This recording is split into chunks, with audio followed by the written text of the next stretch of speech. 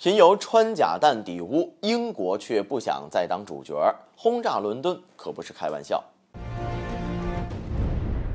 大家好，欢迎来到振宇在线。英国一直都是反俄最积极的西方国家之一，在某些方面呢，他们甚至比美国还嚣张。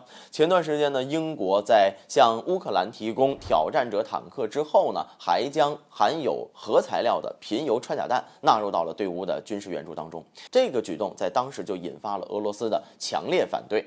现如今呢，这些贫铀穿甲弹呢已经被送到了乌克兰军队的手中。接下来呢，无论乌军在哪里使用这些弹药，都将会成为各方关注的焦点。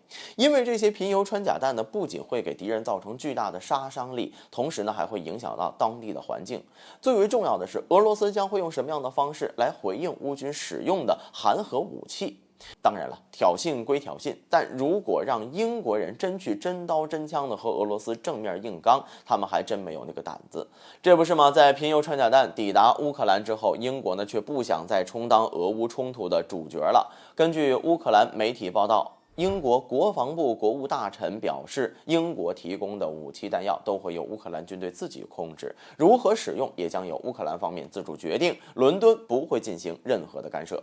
同时呢，使用贫铀穿甲弹所造成的影响和英国没有关系，伦敦没有义务在冲突结束之后帮助乌克兰消除放射性污染。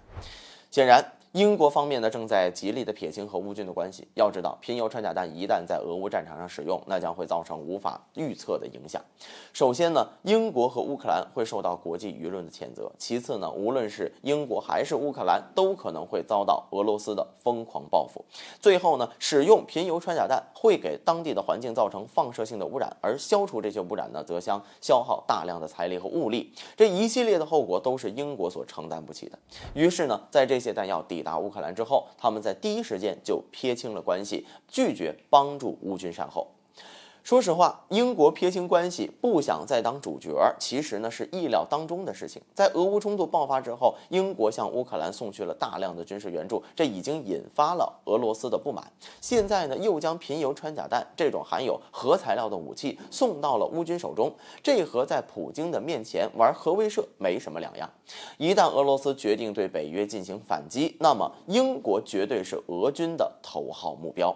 毕竟轰炸伦敦可不是开玩笑那么简单，俄罗斯海军的潜艇、护卫舰可没少在英吉利海峡附近转悠，那时候给伦敦来上那么一发，英国还真不一定扛得住。